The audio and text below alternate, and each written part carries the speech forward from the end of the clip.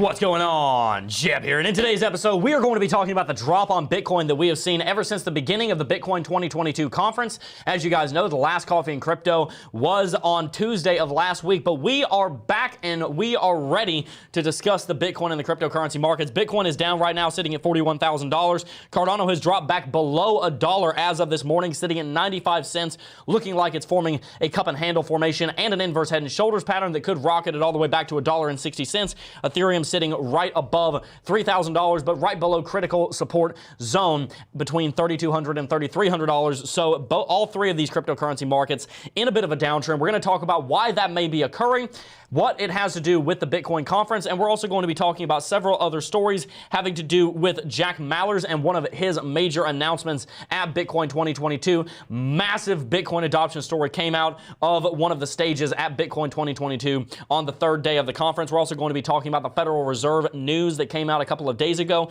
how that caused a major sell-off in tech stocks, and we're going to be talking about major on-chain metrics such as the inflows and outflows of cryptocurrency over the last couple of days around the Bitcoin exchanges. We have a lot to cover in today's episode, guys. We really want to get to the bottom of why Bitcoin is dropping and whether or not this is the end of the uptrend, or if this is just a phenomenal opportunity for you bulls to go out there and buy more Bitcoin before the blast off all the way to the moon. I am joined, as always, by my co-host, T.A. Tim. How you doing, Tim? What's up, everybody? I'm glad to be back. It feels like it's been forever since we did the show. It was just last Tuesday, but that's almost a full week because it's Monday today.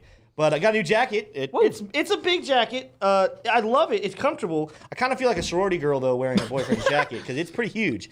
But I'm brought to you today by Taylor's Outfitting. You'll never see the pants. Maybe I'm not wearing pants. You never know. He's actually not got wearing new pants, new jacket. Yeah. Same old hat, though. It's It's true. Good to see you guys, though. Sugarloaf, isn't that right? Yep, Sugarloaf. Sugarloaf. You like snowboarding, huh? I do. I love it. Snowboarding's great. I want to go snowboarding again. Smay, we're also joined by you. How are you doing, buddy? Whoa! Whoa! I'm here. I'm back. I'm back from Miami. It's very humid and hot, and I'm glad to be back because now it's really kind of cool and perfect weather in Gainesville. All right, I would like to say some green names because I got to meet some of you guys there at the conference, and it just made my heart flutter and made me so happy and filled with love and happiness. And I want to read some of these green names just to kind of give that back. We got Crypto Alchemist, Sultan of Salt. We got Colin McDonald. We got Win Peoples. We got Matt C. Love to see you there at the conference, Matt C. Tom Wilkes. Got to see Tom Wilkes at the conference. Siobhan Golay. Thomas Post, Dennis Pizarca, who else we got? I'm gonna dig. Ricardo Venegas. Oh, who else we got? Let's dig. Mario Dohinovich, Cryptopher. Who else we got? Here we go. The Bitcoinologist. Let's dig. Terran Crypto, Crypto Red Fox. Oh, all of you guys. I love seeing all you guys. It's great. Brad Geidel, shout out to you. Got to see you. Yeah, it was great to Brad. see you. Yeah, there we go. Was a great conference, guys. We're going to talk a little bit about it later on in the show, but for now, we need to go ahead and talk about the price action of Bitcoin. I know you guys are all wondering, why is Bitcoin crashing? At least that might be what you're saying. We don't necessarily believe that Bitcoin is crashing. I personally think that it's in a major correction, but the reason that we titled it, Why is Bitcoin Crashing, is because a lot of people think Bitcoin's crashing. I don't think Bitcoin's crashing. I don't think Bitcoin's burning. I think it is just going through healthy consolidation. We're going to talk about all of that and more in today's video. Before we get started, make sure to hit that like button and subscribe to the #1 technical analysis channel on YouTube for cryptocurrencies. We cover technical analysis, on-chain analysis, and fundamental analysis every single day here on the Crypto Jebb channel, so make sure to subscribe and hit that post notification bell. But let's go ahead and jump on over to CoinMarketCap. As you can see, Bitcoin trading at $41,000. Before we left for the conference, Bitcoin was trading up here close to $48,000. It was in an ascending wedge, and I believe on the last day of Coffee and Crypto before we left last week, we had talked about how this ascending wedge could very easily break to the downside, and if it did, then we would likely see it drop all the way back down to this uptrending level of support around $40,000. Well, sure enough, on the first day of the conference, April 6th, Bitcoin dropped from $46,000 all the way down to $43,000, and in doing so, Bitcoin began a downtrend that we are now continuing. The question on everyone's mind is, where's the bottom, and is there going to be a bottom anytime soon? We have certain people in the cryptocurrency space calling for a $30,000 Bitcoin, including the BitMEX founder Arthur Hayes, saying that we could see 30K on Bitcoin by June. Is that going to happen, or is Bitcoin just in a small correction event before it continues the major uptrend? Well, let's also look at the rest of the cryptocurrency markets. Ethereum is currently sitting at $3,050. We got Binance Coin sitting at 404, price not found. Tell me if you get that reference. Probably you do. Solana sitting at $100, 103, excuse me. Cardano sitting at 95 cents. Luna is down as well. That's an interesting one. As you know, Luna hit all-time high relatively recently. Was not long ago that it hit an all-time high of $120. It has been in a correction, down 30% in 6 days. A lot of gains getting wiped out over there. Like I said, one of the big topics we want to cover in today's stream is, should we be scared of this correction, or is this actually just a healthy consolidation event? You guys know I'm going to tell it to you straight. While I was at the conference, I actually met a gentleman who was driving by in a Mercedes, and he rolled down his window and was like, Jebb, I watch your show every day. I'll talk to him for a little bit, and he was like, Jebb, the thing I like about your channel, and this is not just me, that Tim does this, Smay does this, Kelly does this, T-Shroom does this is what we all try to do, is that we try and shoot you straight. I don't want to tell you, hey, everything's going to be just fine if I actually think it's going to go down $15,000. So we're going to tell you what we really think here in a little bit. I'm just going to tell you right away, I don't think it's as bad as some people are making it out to be, though. Terra USD sitting at $1. Hopefully that doesn't change too much. That's kind of the point of it. Polkadot sitting at $18 and change. Tim, before we get into our Bitcoin technical analysis, what was your major takeaway from the conference? You know, price started dropping a lot while we were at the conference. Yeah. How did that affect the mood on the floor at the conference? And based on that, what can you extrapolate about what the price is going to do? I don't know if anyone at the conference was actually really paying attention to the price. It was a lot of, and this is what I'll say, it was a lot of hype. The conference was a lot of hype. And to be fair, that's probably what we should have expected. Like, we sat in one, and I love them, but Michael Saylor and Kathy Wood did a take. They gave a keynote speech, and it was good. I think Kathy said something I hadn't heard before, but it wasn't really that significant.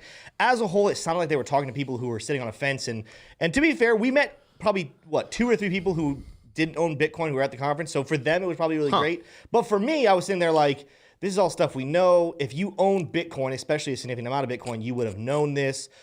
But okay, that's cool. You know, I guess people like hearing what they already think, so they get really excited about it. That wasn't the best one. I thought Jack Mallers was good. I know we're going to talk about that later in the show. I think it's really interesting what came from that, and there's more to dive into that, but that's really interesting. But as a whole, I think the best thing about that conference, and really that's what conferences are made for, is to get to meet people, especially you guys. Like, the few of you I got to meet, that made the whole trip worth it for me. But yeah, I would say, wrapping it up all in a nutshell, the conference was a lot of hype. People didn't really pay attention to the price. They were paying attention to the future of Bitcoin. So for that, it was good hype. It was actually true hype, but it was, that's my take on it. Well, Smay, what was your take on the conference? Did you learn anything new? Do you have any cool stories from the conference?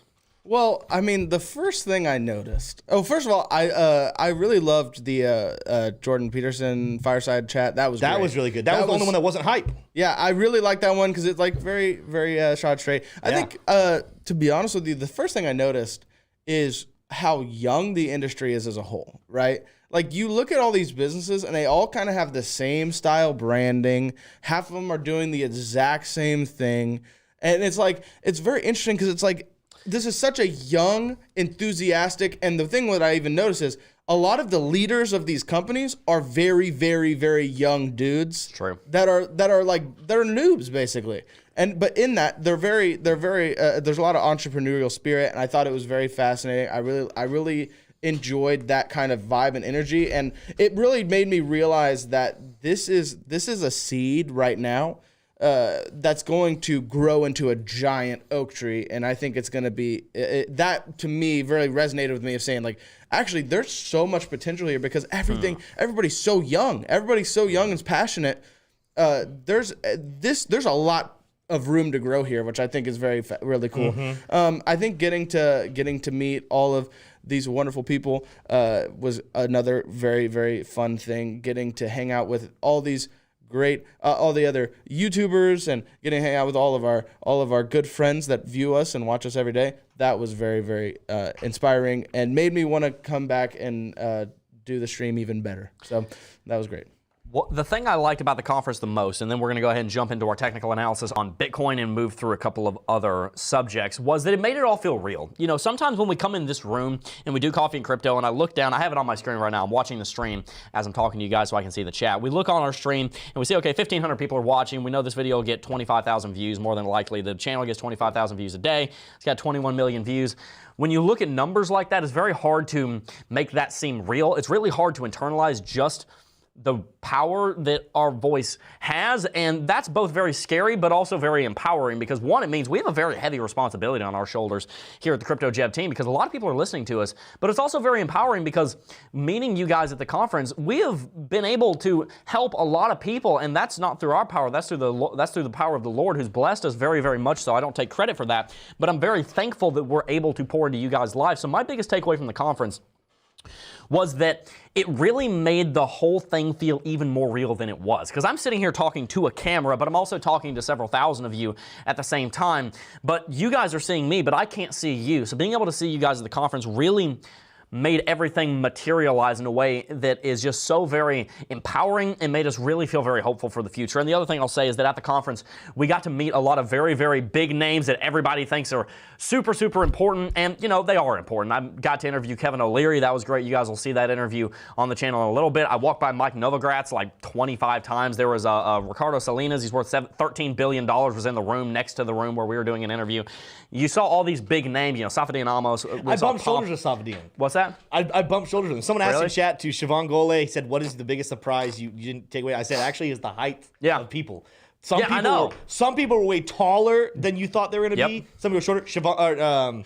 Safadine, he's a little dude. The Alt brothers are like 6'2" and 6'3", and then you got Deezy from the ATB crew. He's like 6'4". I didn't know he was that tall. Anyway, my point is, it really made it all real, and you had all these big names that everybody knows, and then you had a lot of people that you meet, and they don't have a following, or if they do, it's a very small following, and you're like, wow, wait a second, this person is known by 25 million people, this person is known by 25 people, and they are both so incredibly fascinating. One of my favorite conversations that I had in the entire trip was with a woman named Tina, who nobody knows who this woman is. She's just a person, you know, but I had such an amazing conversation with her, and it really made me realize, which I already knew this, but it reinforced the fact that no matter how rich, no matter how famous, no matter how successful you are, what you have to say matters. And I learned so much from the people that you wouldn't think that you went to the conference to see, because you didn't know they existed. So that's what I learned, is that there are some of the most humble people are the people out there that don't have a following, and they're some of the people that have the most important things to say. Anyway, I think I'm rambling enough. Let's go ahead and jump on into some Bitcoin technical analysis here. As you guys know, Bitcoin has been in a drop for the last 6-7 days and change. We were sitting up here at $47,000 before the conference began. Over the last 6 days, we are down almost 14%. Why is that happening? Where is Bitcoin going? These are the questions of the Coffee and Crypto Hour. So what we are seeing is that Bitcoin was in a rising wedge. You can see that there was an uptrending level of resistance and an uptrending level of support there. I'm going to do a little bit of a refresh for you, because we have not seen this chart on this channel ever since last Tuesday. Bitcoin obviously had been in a major correction since November 10th. We have now, as of a couple of weeks ago, March 29th, set new higher highs into place, and we have higher lows in place, which means that over the course of this year thus far, Bitcoin is technically in an uptrend. We are setting higher highs and higher lows. That is wonderful. But when we are setting higher highs and higher lows, we are going to have corrections from time to time. I told you guys that I want to see Bitcoin get above $50,000 and stay above $50,000 confidently for 7 to 10 days. I want to see it stay up there and really start pushing up towards levels like 54, 55, 56, and then we're going to be confident in an all-time high run. Until then, Bitcoin may be in an uptrend, but it is in a slow uptrend, and we should be expecting small corrections such as the one we are in right now. A couple of things to point out. Number one, we do have Bitcoin falling below the 20 daily exponential moving average. You haven't seen me use this moving average much this year so far, because Bitcoin has been trading sideways, but for all of our longtime fans, you will know that Bitcoin and its 20 exponential moving average is one of my favorite technical indicators in CT2A, which is now evolving into Club DeFi. In both of those courses, in the course that's CT2A and in the platform and the community that's Club DeFi, we talk about the 20 EMA. It's a very, very important moving average. We are below it now, meaning we are in a short-term downtrend to a longer-term uptrend. So remember, guys, there are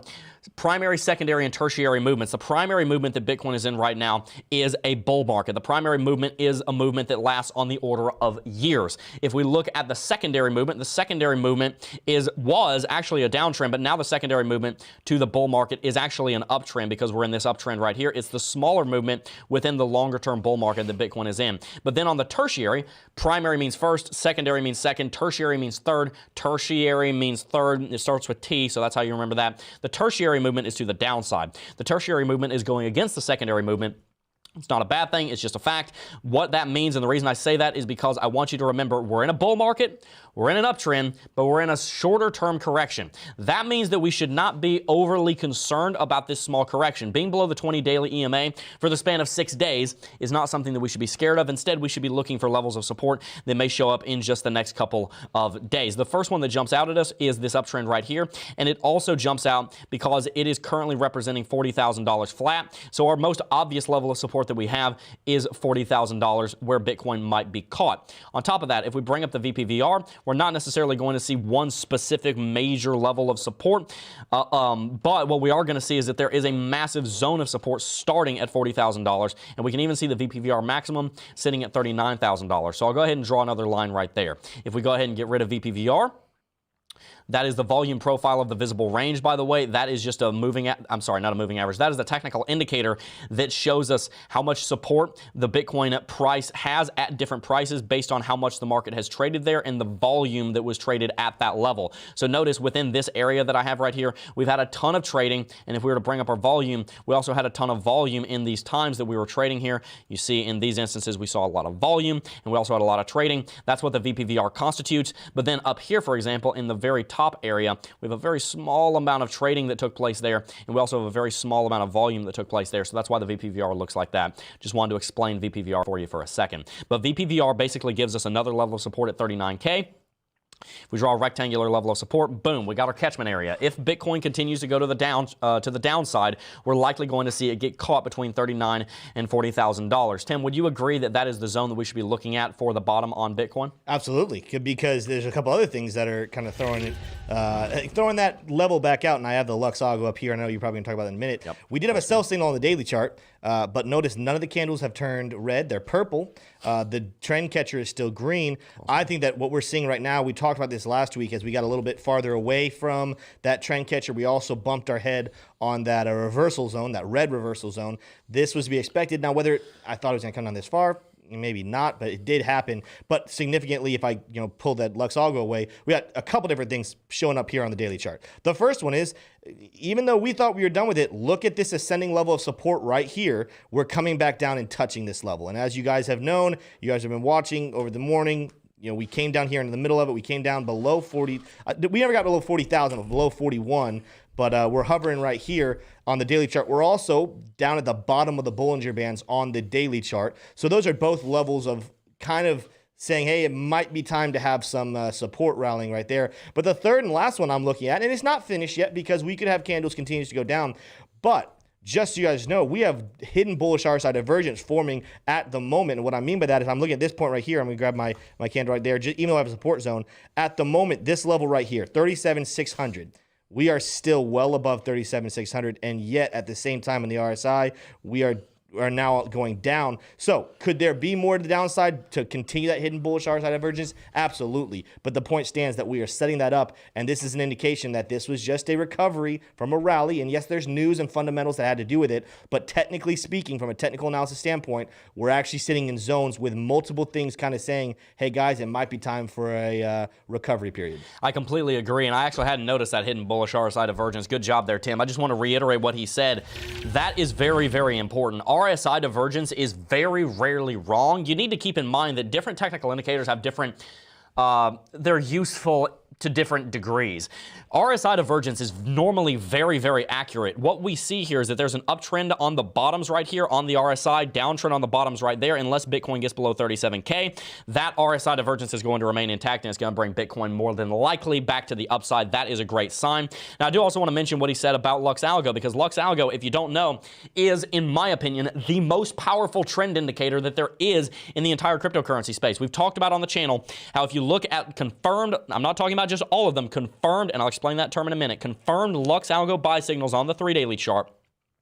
There have been 13 in the history of Bitcoin. One of them just happened about a week and a half ago, so we don't know how that's going to play out. The other 12, 11 of them were right. So that is over a 90% accuracy rate. And if you look at Luxago's time where it was not accurate in 2018, it only resulted in a 7 to 8% drop depending on how you measure the candlesticks. Luxago is a ridiculously powerful technical indicator in the way that I use it. If you don't have Luxago, you should sign up for it. Use the link in the description box down down below. We actually got the pleasure of having lunch with Sean, the CEO and founder of Luxalgo. It's a phenomenal technical indicator. It has a very, very great founder and CEO who genuinely just wants to help you guys make more money. Definitely a product you ought to pick up. Use coupon code Jebb, J-E-B-B, for 20% off at checkout, but that's not the point. The point is we did have a sell signal right here, which should give us pause and say, okay, it looks like Bitcoin might be going through a small correction.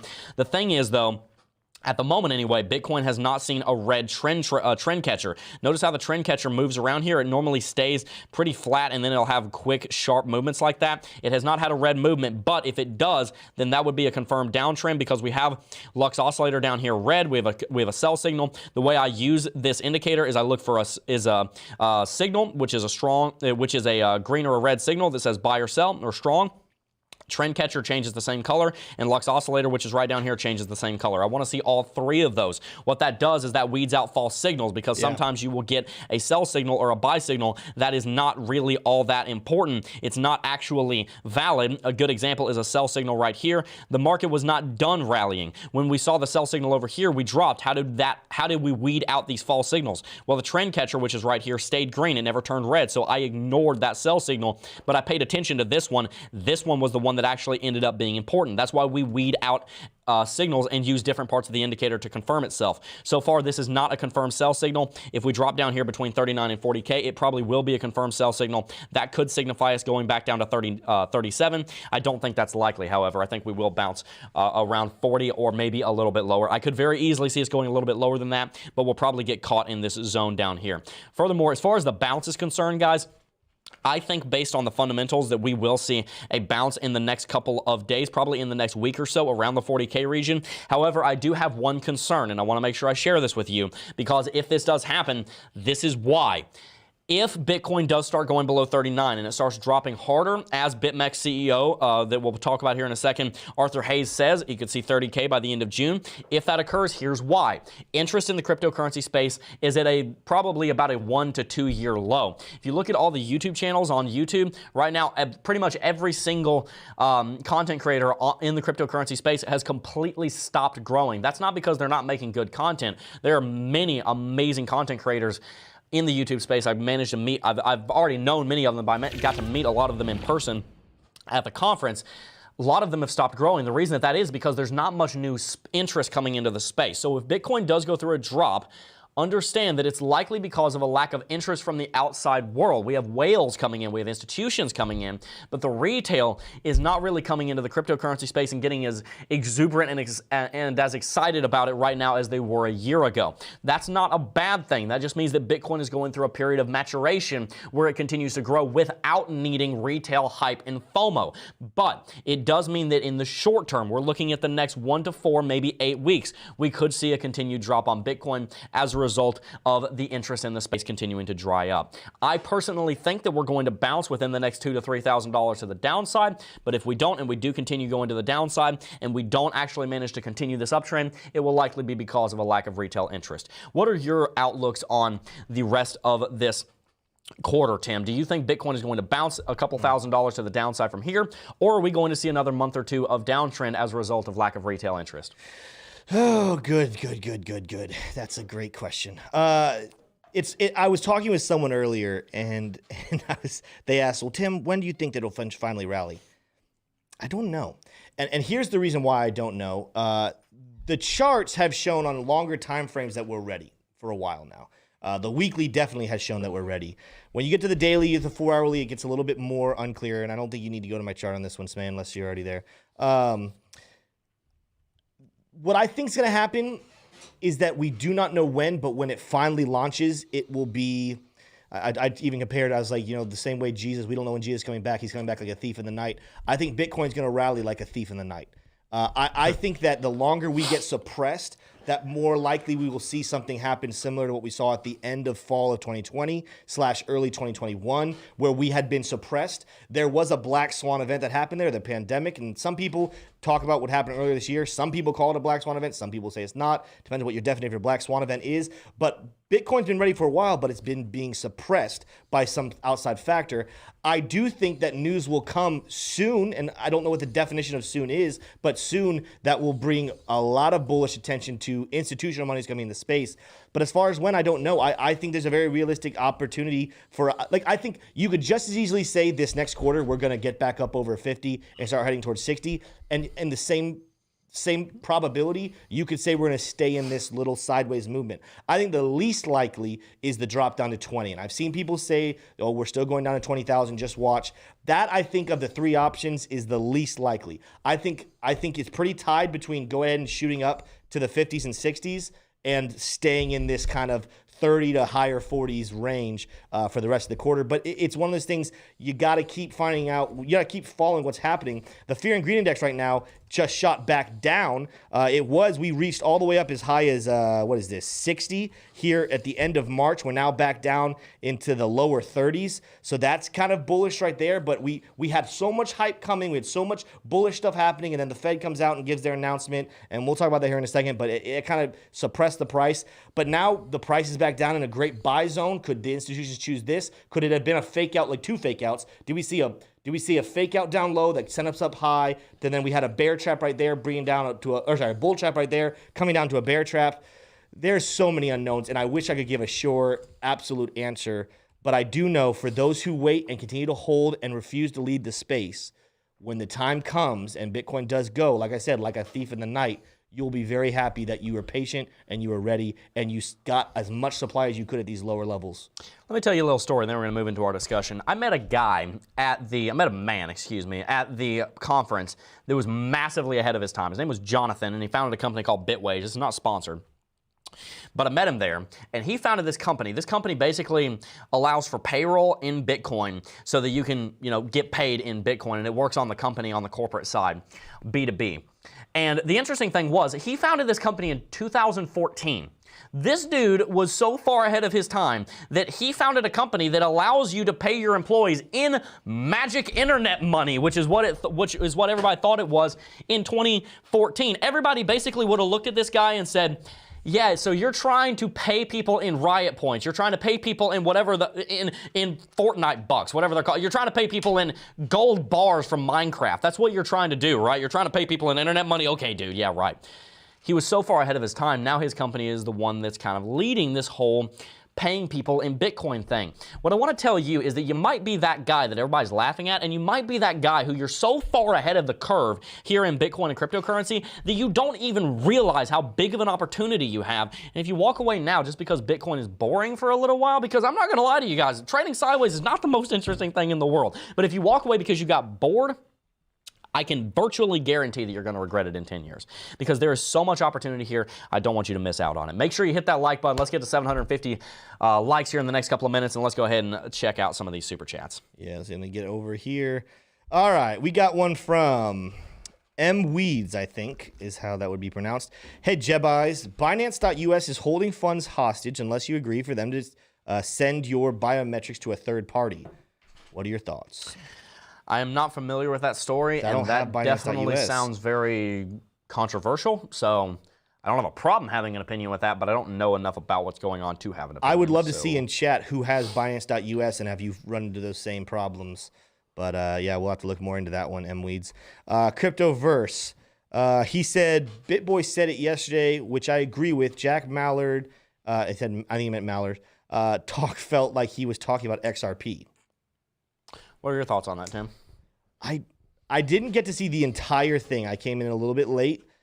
I mean, he clearly was talking about Bitcoin, but I guess what would Cryptoverse be meaning there? Because was he talking like XRP, meaning that Bitcoin's going to now, through the power of Strike and through Lightning and everything, be able to obliterate XRP because of the use case? I don't know what he's saying there, but clearly he was talking about Bitcoin, but I don't know. I'm not sure. I don't see it. I'm going to be honest with you. I don't see it. Now, there was something else that Ben said that I kind of agreed with, but we can get into that in the discussion later. Yeah. Daniel Cantillo. Is it Cantillo or Cantillo? Because there's two L's in it. If it's Cantillo. Hispanic, it would be Cantillo. It's probably Cantillo. Good morning, guys. Please take a look at a new project called Philcoin. Its fundamentals are mind-blowing. I believe this can be Bitcoin's baby brother. We'll see. I'll have to look more into Philcoin. That's not I know a guy named Phil. I've even heard of. I know a guy named Phil. I wonder if he's the one that founded that. And then last one I see here, Tom Wilkes. Which, whoa, Tom, buddy. Tom is. He gave the $20 back. Tom is the man. Said I'm like, he did. Jebb signed a 20, which is weird. Tom had you sign a fiat bill. I know, but it's signature. I think it was a part. He mentioned that it was a part of, and correct me if I'm wrong. He said he had a collection. It was like a collection of people that he would beat do in golf. bets. Like he said he said he had a bunch of framed $20 bills from people that he beat in golf. That's what he said. Cool. That's pretty cool. So anyway, you got added to the list. He said, I can't express in words. You all know how shy and how quiet I am. I don't know. Is, not the truth. How much I enjoyed meeting you all in Miami. Tim, please reach out to me offline when you get a free minute. Absolutely. It was a great time. I would love to just spend just Matt C, Tom Wilkes, Brad Geidel. We got to spend a lot of time with them. I wish we could spend more. Yeah. Hey, by the way, guys, Tom obviously would never brag about this, but I'll brag on him. He paid for both of our lunches on the last 2 days of the conference, on day 3 and day 4. There were 10 people at each lunch, and these were not inexpensive restaurants. I have no idea what the tab was. I'm kind of scared to know, but he probably spent like $800 on all of our food. So shout out to Tom Wilkes, guys. Thank you so very much. That's not a super chat that people are going to see, but I want to go ahead and give you a shout out. Good for you, dude. Brad Geidel did some laughy cry faces in chat. Shout out to you, Brad. It was a great time talking to you about the gospel and about Isaiah 53. What we're going to do now, because I think we got all the super chats. Yeah. Did we? We're going to go ahead and move into talking about the Fed. So Tim, can you kick off this conversation real quick for me? And I'm going to pull up an article. The reason why this took us off a little bit was because it happened I think it happened technically Tuesday. This article is from Wednesday, though. We left Tuesday and kind of got our mind focused on the conference and make sure we're doing that. But the Fed officials, you can go to my screen real quick, Smay, and then Jebb can take it off. I'm not going to go too deep into it. But Fed officials plan to shrink the balance sheet by $95 billion a month, meeting minutes indicate. So there's 2 points here, and then we can discuss them. The key points: Fed officials reached consensus at their March meeting that they would begin to reducing the central bank balance sheet by $95 billion a month, likely beginning in May.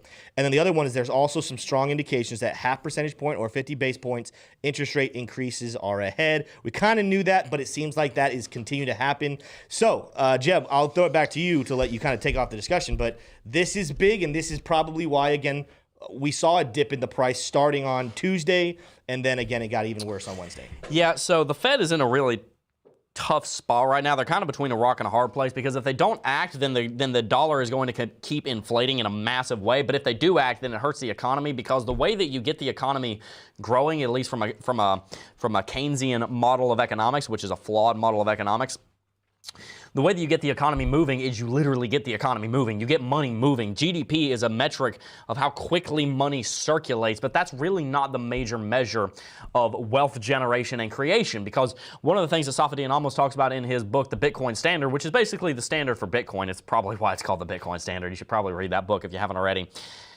One of the things he talks about in that book is that as you build a more and more complex socioeconomic model, as you build a more and more complex society and economy, in other words, the longer time horizon you need with your capital. You might need to save up money for 10 years to buy a home, because a home in 2022 is a much more complex system than a dirt shack that was built in 6000 BC. You know what I mean? So you have to build up and save your wealth for longer. What Keynesian economics don't understand is that they want to measure how quickly money circulates. So this is a very foundational problem in our current economy, because it has an underpinning principle that when you circulate money, and the faster you spend money, the better, when in fact, to grow your money, oftentimes you need to not have this instant gratification mindset that Keynesian economics promotes, but you need to have a delayed gratification mindset that oftentimes that Austrian economics or someone like Safadine Amos would promote. You need to give yourself time to build wealth. You have to understand that it takes time.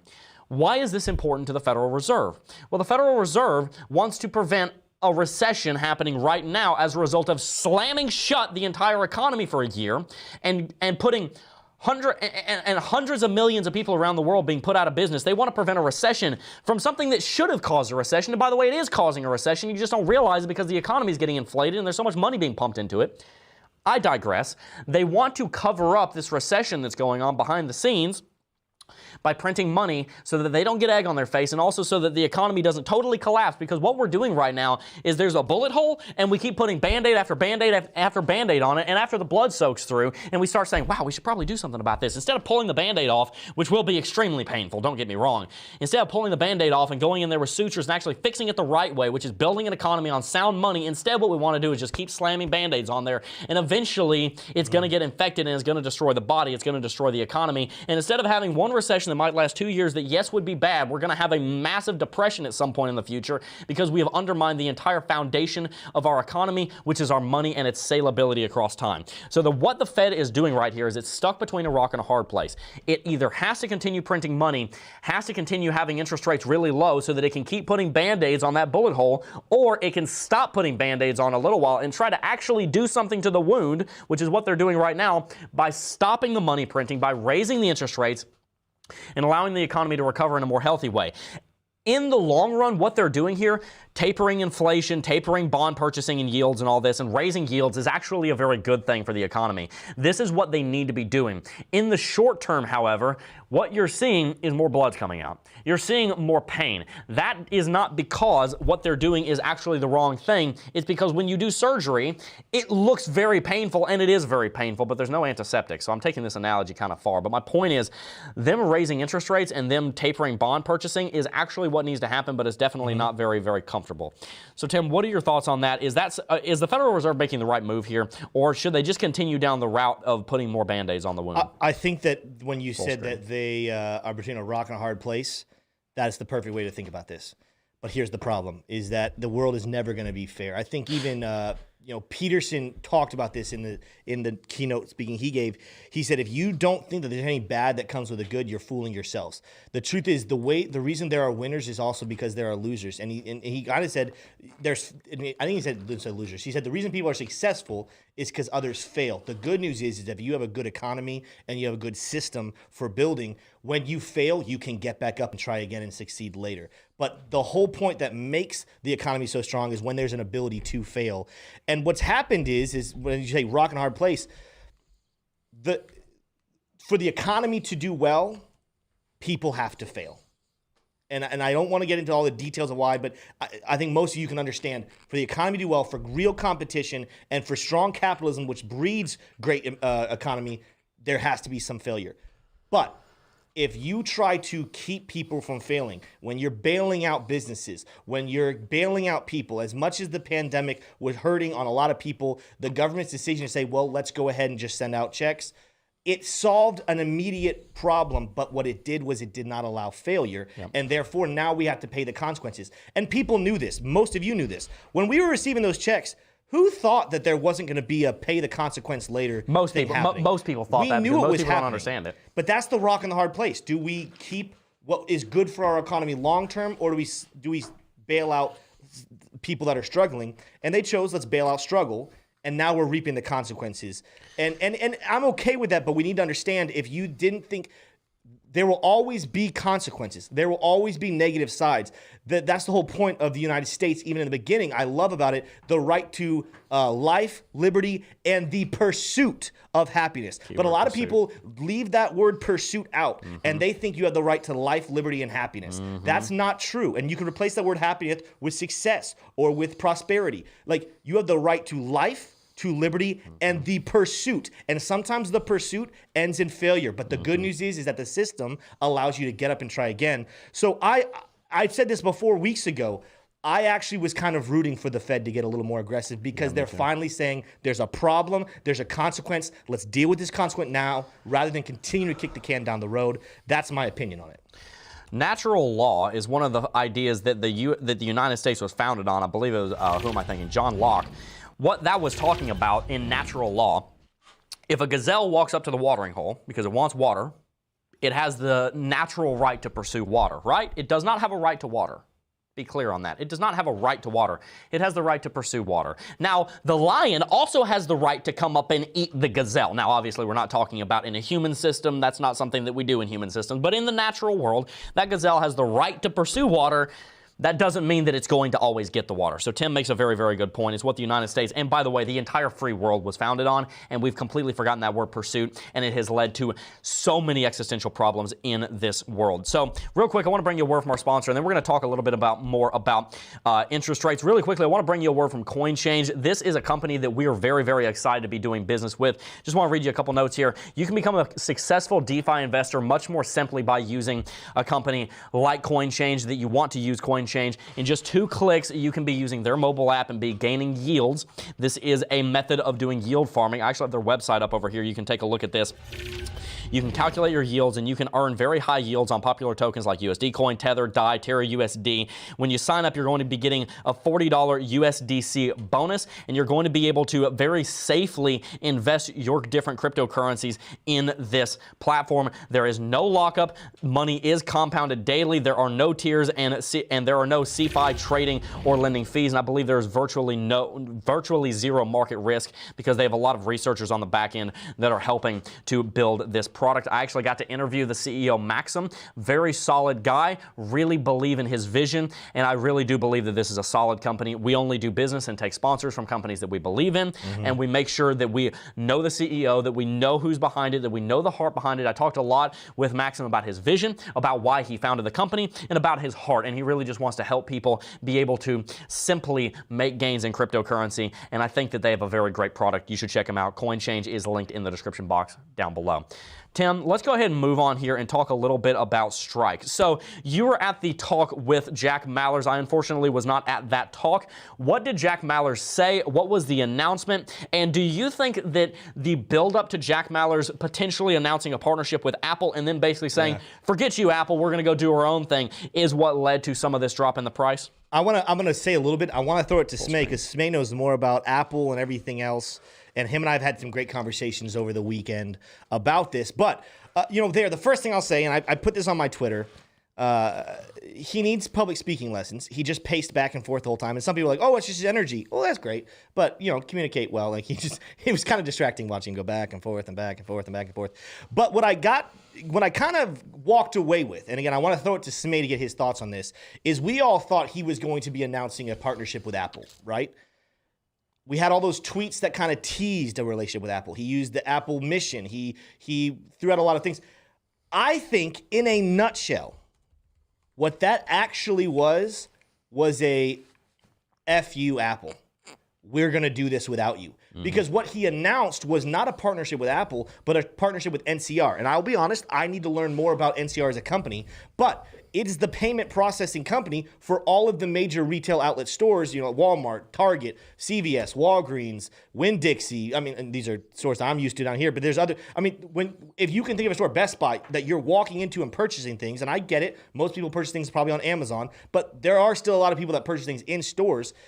They're partnering with them so that, theoretically speaking, you can just straight up use your Bitcoin to pay for things. And this is the discussion we're having, is where are the taxes, what is the charge happening there, or is it incentivizing you to actually be able to use your Bitcoin? Because here's the thing.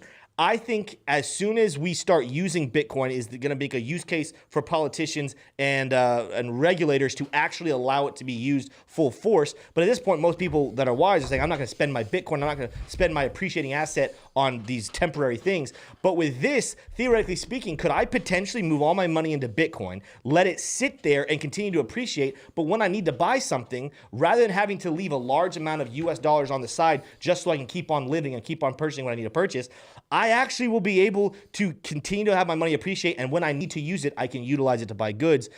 I think this is really interesting, but ultimately, like I said, in a nutshell, what Jack Mallers did that was huge was pretty much say, F you, Apple. Yeah, and that's a very big statement, because what that means is that they're trying to build all of these payment systems without Apple Pay, which, as we talked about, I didn't know this, has 500 million users. That's ridiculous. That is an insane amount of people. So Apple probably will end up adopting Bitcoin at some point, but I was a little skeptical that Jack Mallers was going to announce that, because there was not an official Apple representative at Bitcoin 2022 that we knew of. And also, if they were going to announce something like that, Apple really likes to do everything in-house. You look at the M1 chip, one of their big things that they've done done recently is they brought central processing units in-house. Am I wrong? I think they took that from Intel. They used to have Intel chips in them. They want to bring things in-house, so they want to do things themselves and have a holistic system. AMD. And AMD. So, I didn't know they were getting AMD. their graphics cards from AMD. Oh, I didn't know that they had brought graphics in-house. Yes, I thought that they had already done that. Everything. All their internals they are now did it at Apple. the same time. Okay, well, that's my point. Apple's moving into this, and they have a word for it. You might know what it is. They're moving to this integrated system where they do everything in-house. Yeah. A lot of major companies, Tesla's trying to do the same thing. That's why they build their own batteries. It just reduces complexity. The point is, Apple is probably going to announce something like that on their own, and I do believe, mark my words, 90% likelihood in the next 2 years, Apple will announce Bitcoin adoption. We talked about all that in a different story. The point is, Tim, do you think, and Smay, you can add in on this as well. His thoughts. Smay, what are your thoughts on this, and do you think that the market dropped as a result of Jack Mallers not announcing this? Was it a buy the rumor, sell the news event? Well, I think, just to kind of modify something that Tim said, it wasn't actually just NCR. What the announcement was is that he came out and showed that there were several different payment processors. That was the big one. So, like, he basically had made it to where they didn't really even need Apple Pay in the first place. He pretty much just showed that, like, now it's basically universal now. My concerns now, there's multiple concerns that I have with this in terms of in what it is. Now, first of all, this is a huge step for Bitcoin overall. But I think even in his little demo he did with his video, I got to be honest with you guys, as much as it could have been a very neat FU to Apple, I think Apple just looked at that and said, who cares? Nice. Because guess what, Apple is already winning when first of all, they're not even using or near field communication, NFC technology in that. It's a QR code, right? That already makes it a little bit more just a hair bit of a hassle when you're talking about pulling that up. The person on the register has to pull up the barcode, the QR code, flip the screen around, blah blah blah. Versus Apple Pay, you just go boop, just boop boop, and there you go. I'm in and out. Yeah. So it didn't really win in the usability standpoint. I think what you're looking at is what his whole announcement predicated on was that and I think I saw somebody tweet about this, was that it was to spite, right? It was to spite the system. The only reason to Which sounds like Jack Mallers. Yeah, the only reason to even actually use this, first of all, there was a whole argument, and I'm not even going to get into this because everyone knows this. Why would you spend your Bitcoin? This is not a good time to spend your Bitcoin. Bitcoin is very volatile. It'd be very hard for you to move all your fiat into Bitcoin and try to do all that. That there's that argument. I don't even want to go there. My argument is ease of use, and two, it's not a strong enough why of just to spite the centralized systems. If it's going to be a little bit more of a hassle to use it, then I don't think people are going to end up using it. And so I kind of see this for Apple as a big nothing burger, and I think Apple is eventually going to do something of their own that will probably do it better. So that's the good thing. So this is also something we talked about, so I'll bring it back up. Yeah. Is what's good for anyone listening to this, to the average retail investor, is what this is going to spark. This FU Apple, we're going to do this without you. We're going to do our own thing.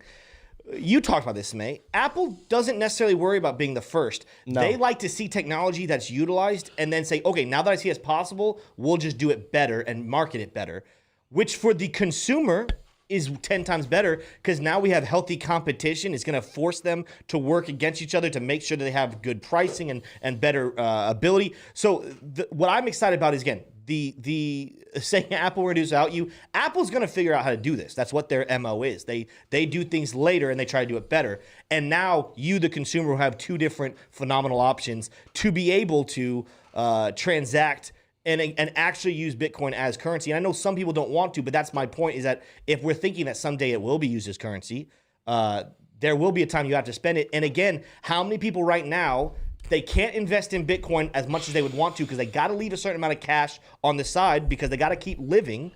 If we start seeing things happen where you can pay for your food, your groceries, your taxes, your housing, your yada yada in crypto, then why not move all your money from a depreciating asset to an appreciating asset in Bitcoin and utilize it like that? Well, I actually think the biggest argument for that is the volatility, right? The issue is, but that'll bring stability. Well, and I think that's what Bitcoin needs ultimately. But it's not. It's going to be hard for the early adopters, right? Because next thing you know, because of the volatility of Bitcoin in the short term, every month when I'm going to pay my bills in Bitcoin, I'm paying a different amount. Because the rent value is the same, but I'm having to pay different amounts because Bitcoin keeps going up and down. That becomes something that becomes a big issue on that end.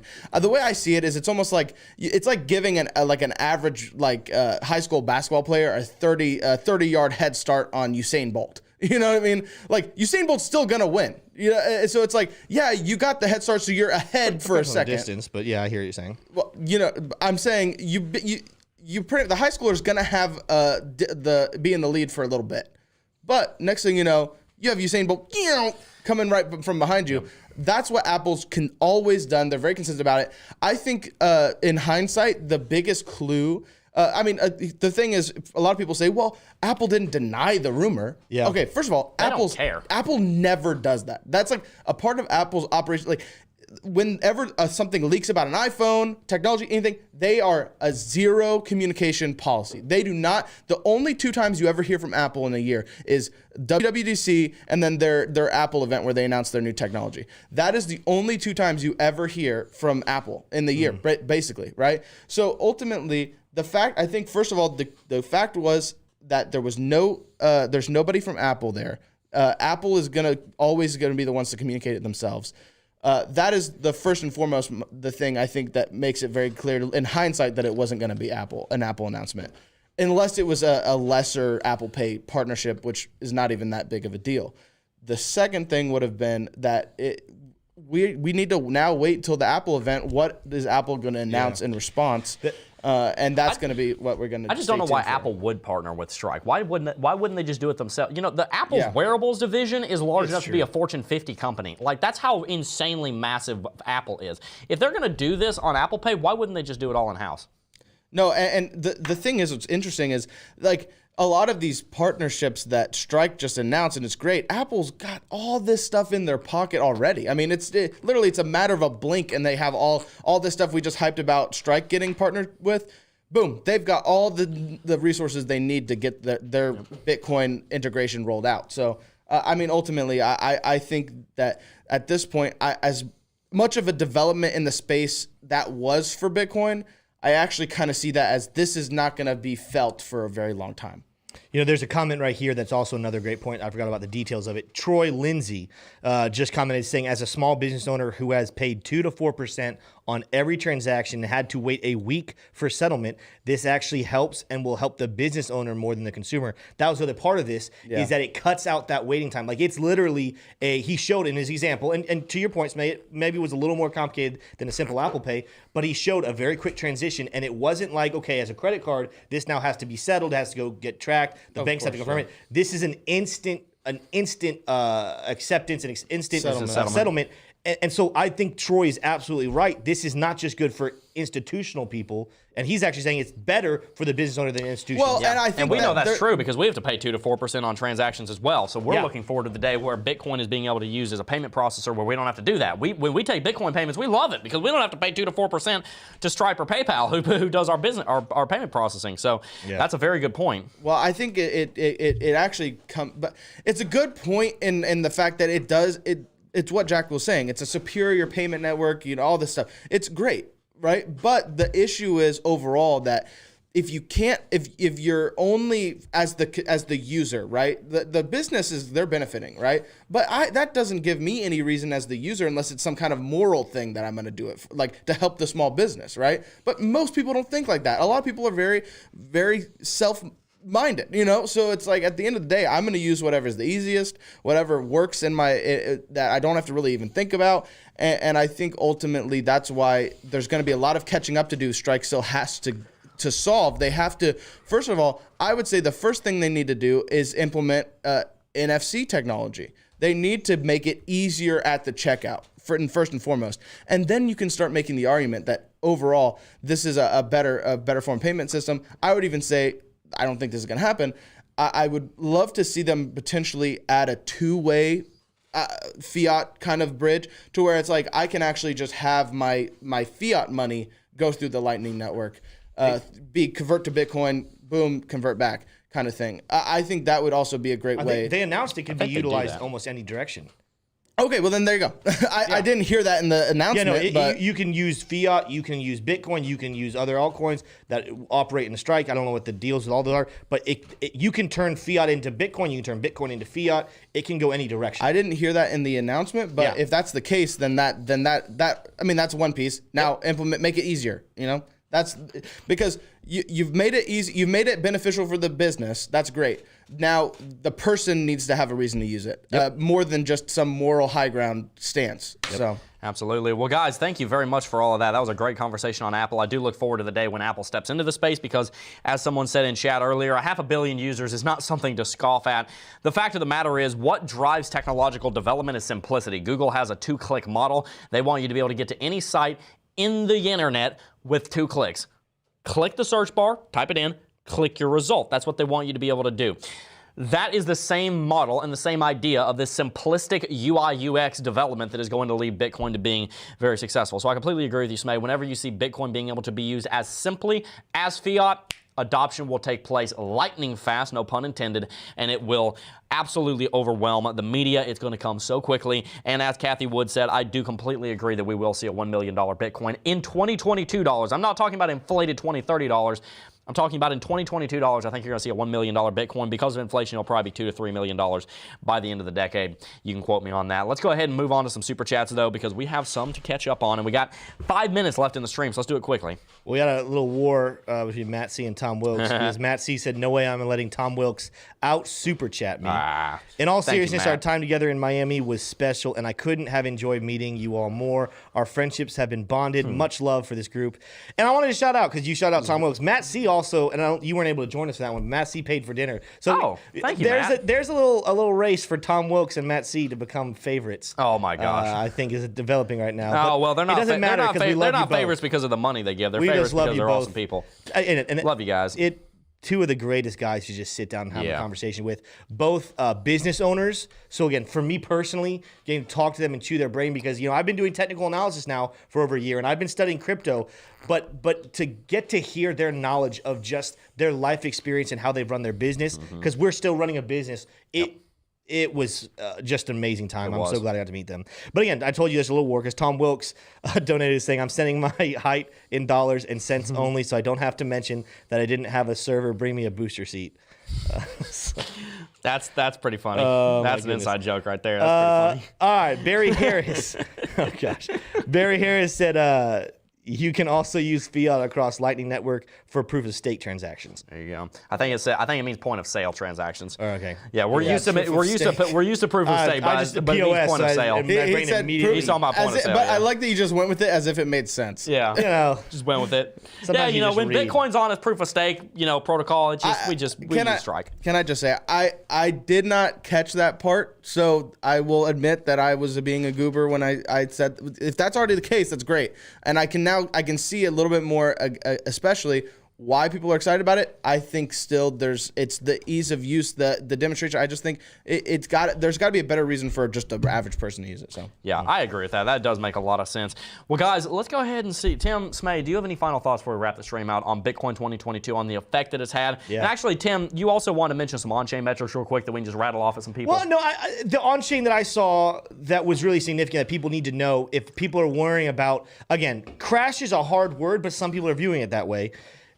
We're continuing to see the money come off of exchanges. People and bulls are continuing to pull their money off exchanges, which means we have less liquid supply. We're moving it to illiquid supply, which is a bullish sign that they're going to hold their ground. The price will go back up. The last thing I was going to say is, for anyone wondering out there, was this crash due to, because we kind of discussed it, was this due to the conference? Because I've heard people be out there saying every single conference the price crashes. I just want to let you guys know that's not true. In 2019, the price actually peaked on the last day of the conference. For the whole year of 2019, we didn't have a 2020 conference due to the pandemic. 2021, yes, we were kind of in a sideways moving action. The price did come down during the conference. And then we just saw the price come down during this conference. But guys, that's only 3 data points. And first of all, I'm not going to credit this drop in price or this crash, however you want to call it. I think it's more of a dip.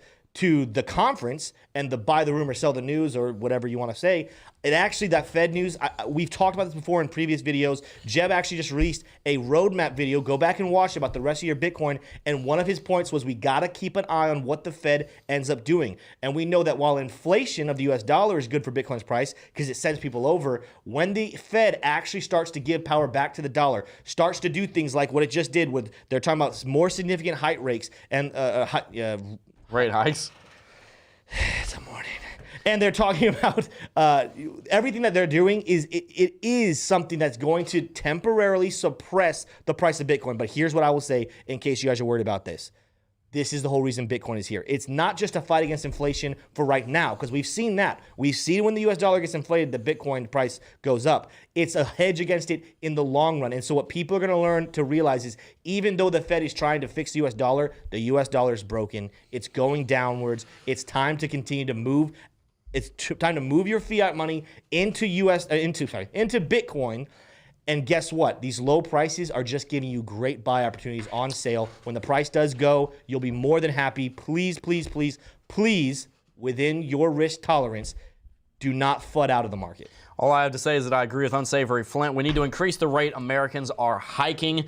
That is a very good point. And also, thank you very much for the donation from Jeriza1105. We very much appreciate that. Guys, it is time to wrap this stream. If you enjoyed today's show, make sure to smash that like button. Check out our sponsors, iTrust Capital and CoinChange. Both of them phenomenal products, phenomenal teams. We got to meet both of the teams behind both of those companies. They do great things. Check them out down below.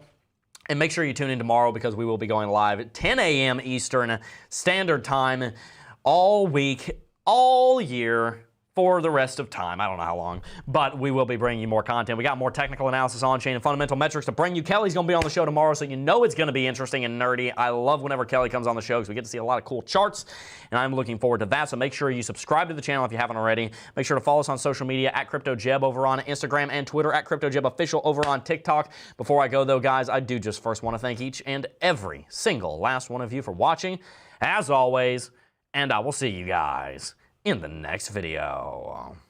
Peace.